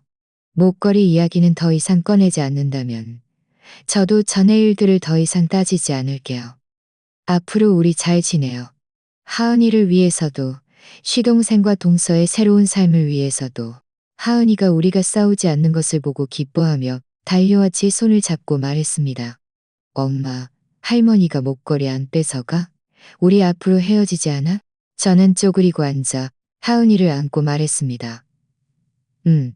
할머니가 목걸이 안 뺏어가. 우리 앞으로도 헤어지지 않을 거요. 시어머니는 하은이를 보며 얼굴에 약간의 미안한 표정을 지었습니다. 그녀는 하은이의 머리를 쓰다듬으려다가 조금 망설이더니 결국 그저 말했습니다. 하은아, 미안해. 할머니가 전에 너를 놀라게 해서는 안 됐는데. 하은아, 미안해. 할머니가 전에 너를 놀라게 해서는 안 됐는데. 앞으로 할머니가 맛있는 거 많이 사줄게. 응? 거실 분위기는 드디어 완화되었습니다. 저는 유언장과 감정서를 다시 서리철에 넣고 침실 서랍에 보관했습니다. 남편은 시어머니에게 따뜻한 물 한 잔을 따라주었고 시동생과 동서의 친정 방문에 대해 이야기하기 시작했습니다. 저는 소파에 앉아 눈앞의 광경을 보며 만감이 교차했습니다. 이 목걸이 하나 때문에 시작된 풍파가 드디어 가장 원만한 방식으로 끝나는구나 싶었습니다. 시어머니가 겉으로는 물러섰지만 마음속으로는 물러섰지만 무조건적인 양보는 존중을 얻을 수 없다는 것을요. 오직 법의 무기를 들고 자신의 권리를 단호하게 지켜야만 남들이 함부로 괴롭히지 못하고 결혼과 가정이 더욱 행복해질 수 있다는 것을요. 바로 그때 시어머니가 갑자기 말했습니다. 전에, 전에 내가 잘못했어. 결혼식에서 당신을 강요하면 안 됐는데, 그렇게 많은 전화로 당신을 위협하면 안 됐는데, 마음에 담아두지 마. 응? 저는 그녀가 먼저 사과할 줄은 예상치 못할 순간 멍해졌습니다. 그리고는 말했습니다. 어머니, 시동생을 위하신다는 건 알아요. 마음에 담아두지 않을게요. 앞으로 우리 잘 지내면 돼요. 시어머니는 고개를 끄덕이고 더 이상 아무 말도 하지 않았지만 저는 그녀의 태도가 진심이라는 것을 알 수 있었습니다. 이 풍파가 지난 후 저와 남편의 관계도 많이 완화되었습니다. 그는 나중에 저에게 사과하며 전에 무조건적으로 그의 어머니 편만 들고 제 감정을 무시해서는 안 됐다고 말했습니다. 앞으로는 저와 하은이의 입장에서 더 많이 생각하겠다고 했습니다. 저도 그를 믿기로 했습니다. 하은이가 아직 어렸고 불완전한 가정에서 자라게 하고 싶지 않았으니까요. 다만 저는 마음속으로 분명히 알고 있었습니다. 이 일을 겪은 후 저는 더 이상 예전처럼 무조건적으로 양보하지 않을 것이라는 것을요. 저는 제 자신을 잘 보호하고 하은이를 보호하고 하은이를 보호하고 친정어머니의 유품을 보호할 것입니다. 누구도 다시는 우리를 억울하게 만들 수 없을 것입니다. 그날 밤 시어머니는 저에게 2억만 원을 송금해 주었습니다. 하은이에게 간식을 사주라는 것이었습니다. 저는 원래 받지 않으려 했지만 그녀가 기어이 주려고 하며 제가 안 받으면 여전히 자신에게 화가 난 것이라고 말했습니다. 저는 어쩔 수 없이 받았고 그 돈으로 하은이가 늘 갖고 싶어 하던 그림책 한 세트와 과일들을 사주었습니다. 다음 날 남편에게 시어머니께 갖다 드리라고 했습니다. 남편이 돌아와서 말하기를 시어머니가 제가 보낸 물건들을 보고 매우 기뻐하셨고 이웃들에게도 자신이 효도하는 며느리와 귀여운 손녀를 두었다고 자랑하셨다고 합니다. 저는 그 말을 듣고 마음이 따뜻해졌습니다. 어쩌면 가족이란 서로 이렇게 이해한 서로 이렇게 이어움이 따뜻해졌습니다. 이 일이 이렇게 지나간 줄 알았는데 다음 날 아침 시어머니가 또 찾아왔습니다. 심지어 큰 가방 한 보따리를 들고 와서 저와 하은이에게 사과하는 선물이라고 했습니다. 제가 문을 열자 시어머니가 문 밖에 서 있었고 손에는 큰 천 가방 2개를 들고 있었고 어깨에는 작은 백팩을 메고 있었고 어깨에는 작은 백팩을 메고 있었습니다. 이마에는 땀이 송골송골 맺혀 있었는데 꽤 걸어온 것 같았습니다. 저는 급히 그녀를 안으로 들어오라고 앗았습니다. 시어머니는 집으로 들어와 천 가방을 현관 바닥에 내려놓고 숨을 헐떡이며 말했습니다. 안 힘들어. 안 힘들어. 안 힘들어. 아침에 재래시장에서 싱싱한 채소랑 너랑 하은이 줄 것들 좀 샀어. 너희에게 갖다 주려고. 저는 그녀에게 따뜻한 물 한 잔을 따라주고 소파에 앉아 쉬라고 했습니다. 하은이는 소리를 듣고 침실에서 뛰쳐나왔습니다. 시어머니를 보고 처음에는 멍해지더니 작은 목소리로 할머니 하고 불렀습니다. 시어머니는 급히 백팩에서 분홍색 토끼 인형을 꺼내 하은이에게 건넸습니다. 하은아, 착하지? 이건 할머니가 너에게 사준 거야. 마음에 드니? 하은이는 인형을 받아들고 눈이 반짝 빛나더니 인형을 꼭 껴안고 말했습니다. 마음에 들어요. 고마워요, 할머니. 하은이가 기뻐하는 모습을 보니 시어머니의 얼굴에도 미소가 번졌습니다. 전의 어색함과 긴장감이 많이 줄어든 것 같았습니다. 시어머니가 좀 쉬자 그녀는 바닥에 놓인 천 가방을 열고 물건들을 꺼내기 시작했습니다. 첫 번째 가방에는 모두 채소였습니다. 싱싱한 돼지갈비, 팔딱팔딱 기는 붕어, 그리고 하은이가 좋아하는 여러 가지 채소들이었습니다. 두 번째 가방에는 저에게 사준 물건들이 들어 있었습니다. 진한 색깔의 목도리, 그리고 스킨케어 세트. 포장을 보니 꽤 유명한 브랜드였습니다. 이 목도리는 내가 어제 백화점에서 당신에게 골라준 거야. 평소에 하고 다니면 예쁘고 따뜻할 거야. 시어머니는 목도리를 들어 제 손에 건네며 말했습니다. 그리고 이 스킨케어 세트는 미장 아주머니가 여자들한테 이게 좋다고 해서 내가 당신에게 한 세트 사줬어. 한번 써보고 마음에 안 들면 내가 다시 바꿔줄게. 저는 손에 목도리를 들고 마음속으로 좀 놀랐습니다. 시어머니는 평소에 저에게 물건을 거의 사주지 않았고 이렇게 비싼 목도리와 스킨케어 제품은 더더욱 사준 적이 없었으니까요. 어머니, 너무 비싼 거 사셨어요. 이 물건들 분명히 비쌀 텐데 빨리 도로 가져가세요. 저는 이렇게 비싼 물건 필요 없어요. 저는 이렇게 비싼 물건 필요 없어요. 아니야. 시어머니는 급히 제 손을 잡고 물건을 돌려주지 못하게 막으며 말했습니다. 결혼식에서 당신을 강요하고 그렇게 많은 전화로 위협해서 당신을 억울하게 만들었고 하은이도 놀라게 했어. 이 물건들은 아무것도 아니야. 그냥 내 작은 마음이야. 당신이 안 받으면 내가 마음이 계속 불편할 거야. 말하면서 그녀는 또 백팩에서 빨간 봉투를 꺼내 저에게 건넸습니다. 이 안에 1억만 원이 들어있어. 내가 모은 쌈짓돈이야. 당신이 가지고 하은이 맛있는 거 사주거나 당신이 가지거나. 저는 급히 봉투를 도로 밀어 넣으며 말했습니다. 어머니, 돈은 받을 수 없어요. 당신의 마음은 알겠지만 돈은 어머니가 직접 쓰세요. 전의 일은 다 지나갔고 저도 마음에 담아두지 않았어요. 더 이상 보상 이야기는 꺼내지 마세요. 반드시 받아야 해. 시어머니는 봉투를 제 손에 쥐어주며 아주 단호하게 말했습니다. 그럼 나는 앞으로 당신들 모녀를 많지 않다는 건 알아요. 전에 제가 한 잘못을 다만이 많지 잘못을. 그럼 나는 알았습니다. 단에 제가 한 잘못을 다 많이 할 수 없다는 것도 알고요. 저는 시어머니의 진심 어린 눈빛과 손에 들린 봉투를 보며 마음이 좀 감동했습니다. 사실 저는 그녀의 보상을 바란 적이 없었습니다. 그저 그녀가 저를 존중하고 친정어머니의 유품을 존중하기를 바랐을 뿐입니다. 이제 그녀는 먼저 사과했을 뿐만 아니라 이렇게 많은 물건들을 사오고 심지어 자신의 쌈짓돈까지 꺼냈으니 정말 잘못을 뉘우친 것 같았습니다. 정말 잘못을 뉘우친 것 같았습니다. 저는 생각하다가 말했습니다. 고맙습니다. 제가 이렇게 말하자 시어머니는 드디어 안도하며 얼굴에 진심 어린 미소를 지었습니다. 좋아. 하은이에게 저금해뒀다가 학비로 써. 좋아. 앞으로 내가 매달 하은이에게 돈을 좀 저금해줄게. 할머니의 작은 마음이라고 생각해. 이어서 시어머니는 저를 도와 채소를 다듬기 시작했고 채소를 다듬으면서 저와 이야기를 나누었습니다. 주로 시동생과 동서의 친정 방문에 대한 이야기였습니다.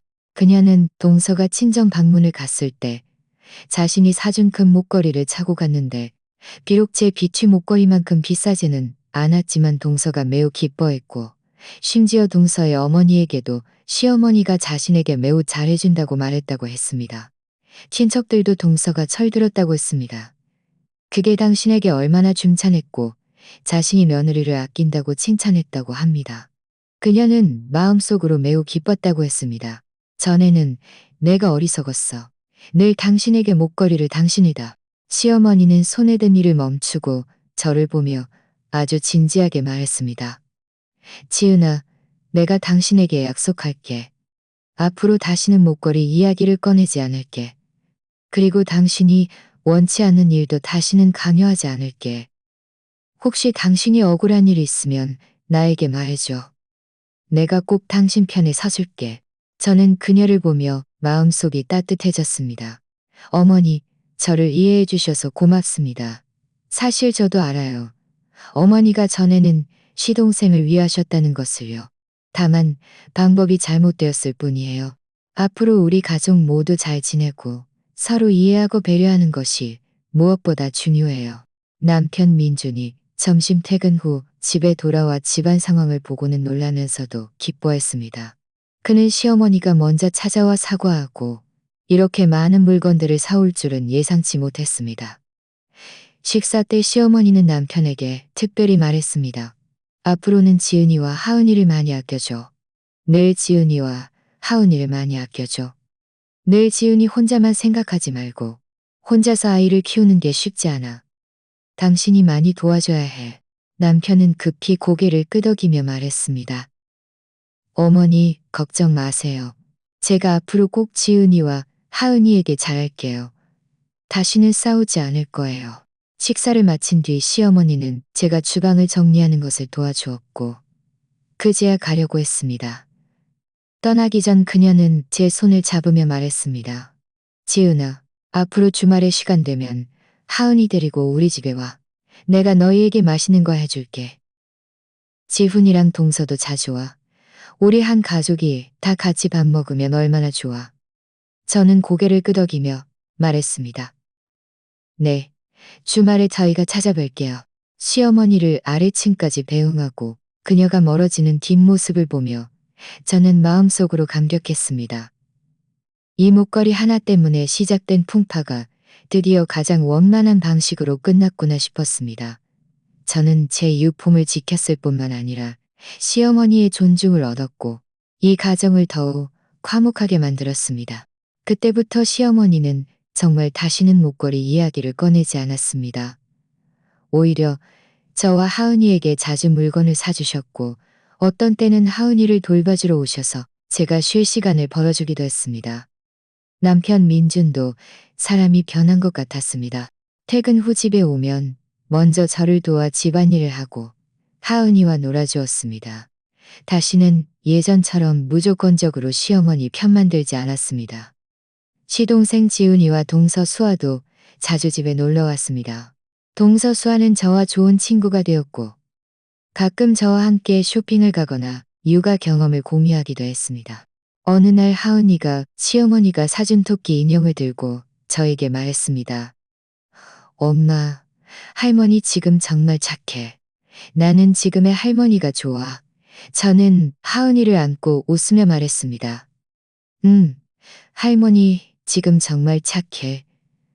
우리 가족 모두 정말 좋아. 저는 가끔 친정어머니의 비취 목걸이를 꺼내 목에 걸고 거울 속에 저를 보곤 합니다. 마치 친정어머니의 미소를 보는 것 같습니다. 저는 친정어머니도 분명 제가 행복하게 살고 이 가정이 화목하기를 바라셨을 것이라고 믿습니다. 이제 제가 해냈습니다. 저는 친정어머니의 유품을 지켰을 뿐만 아니라 제 작은 가정을 지켰고 저만의 존중과 행복을 얻었습니다.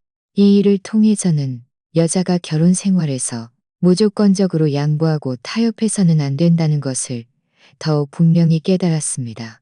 지켜야 할 선은 반드시 지켜야 합니다.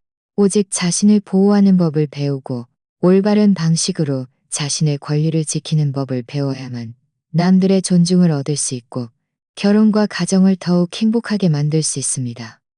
이 비치 목걸이는 친정어머니가 저에게 남겨주신 유품일 뿐만 아니라 제 인생의 길잡이입니다. 늘 저에게 강해지고 용감해지고 자신과 가족을 위해 한 하늘을 지켜내라고 일깨워줍니다. 이제 우리 가족은 정말 행복하게 지내고 있습니다. 더 이상 사소한 일로 싸우지 않습니다. 친척들이 모일 때마다 모두들 우리 집이 가장 화목하다고 말합니다. 시어머니는 며느리를 아끼고 남편은 아내를 아끼고 아이들도 철이 들었다고요. 이 말들을 들을 때마다 저는 마음속으로 너무나 만족합니다. 이 모든 것이 제가 선을 지키고 용감하게 쟁취한 것이라는 것을 알기 때문입니다. 이런 행복이 더욱 소중하게 느껴집니다. 자, 오늘 이야기는 여기까지입니다. 감사합니다.